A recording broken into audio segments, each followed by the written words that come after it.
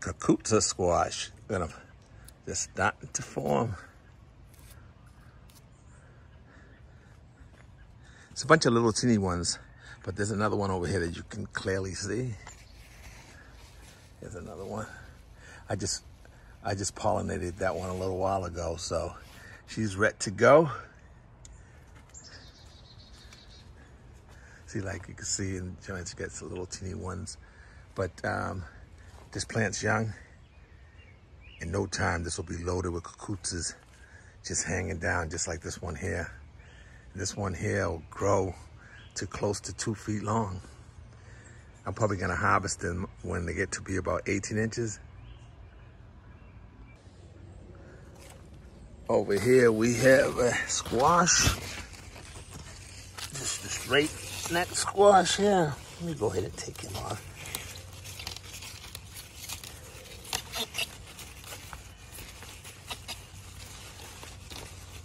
Twist the heck out of it because I ain't got my pruners on me. It's good size there. That's the first one of the season on these ones here. Plants are just starting to produce.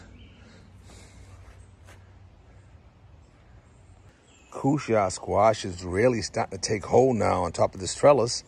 Looking good. And they have little fruit all over. As you can see right there, you can see a little fruit on that one right there. All of them got one, actually. All the tomato plants are loaded. This one right here is a Mariana tomato. We have some butternut squash on the vines. Some more over here. Beets are ready to be pulled up from the little container garden. This container garden here happens to be the Survival Seeds 2024 container. She's doing fantastic.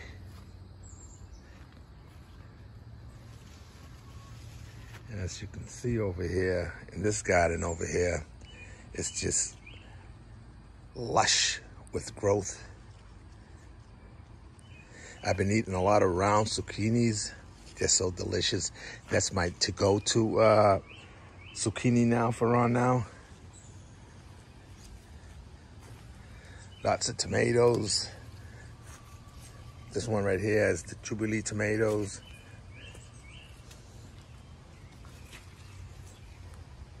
Roma tomatoes, just loaded down in there. This is the Boxcar Willie. Tomatoes, more tomatoes, and then also I have crookneck squash growing just out in front of it to fill in every space that I can. More tomatoes up in there. Over here you can see the container garden, the containers, tomatoes, they're like 8 feet tall.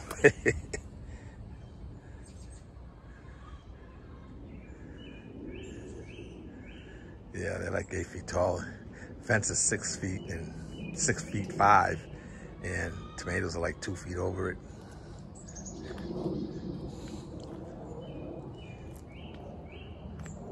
Peppers, a lot of growth on them. They got a lot of little teeny baby peppers, just starting to flower now. So there'll be lots of peppers on this plants when they really get going. Over here we can take a look at the round zucchinis. You can see them, look at them down there.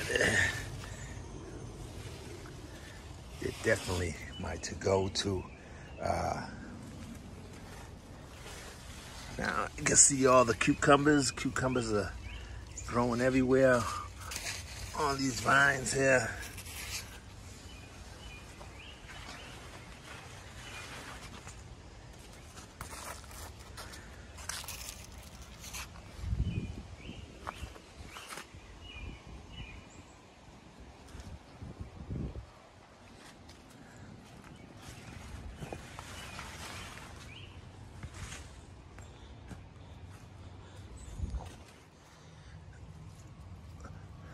Lots of jalapeno peppers.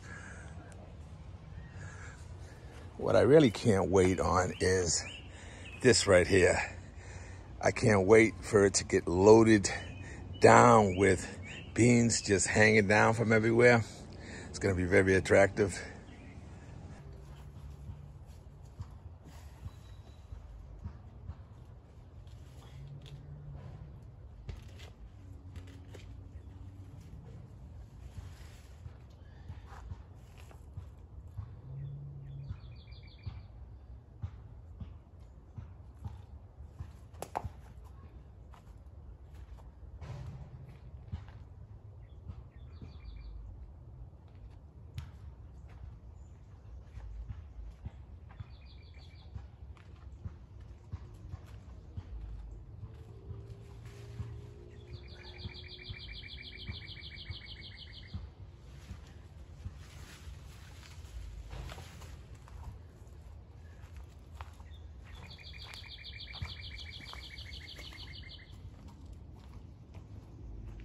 Let's take a walk over here. I want to show you something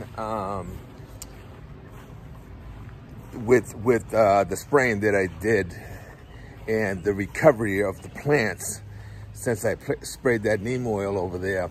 I also stopped by my favorite bamboo spot and I harvested a whole bunch of bamboo so that I can put some stakes there for all the tomato plants.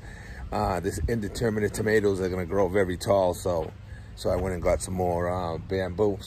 But let me show you here how the recovery here in this little spot. Here's where I sprayed the neem oil, and as you can see now, all the plants, right? You see all the beans over here are not eaten up. They're all growing. They wouldn't grow. They wouldn't have been that size. They would have just been eaten up as soon as they shot over the surface of the soil. And over here you can see the calabaza. The calabazas are coming up there and all the way down. So everything is here in this bed here is growing great now that I sprayed. Kill those little roly-polies. They don't do you no good in the garden. The only way they do good is when you have them in your compost. They help decompose and break down compost and stuff like that. But you got to be careful too, because that you don't bring too many of them over from the composted area to your garden beds. You got to make sure that you really look through the soil, that you're not having too many roly-polies in there, because they will devastate your crops while they're trying to grow. All right, you all take care. God bless.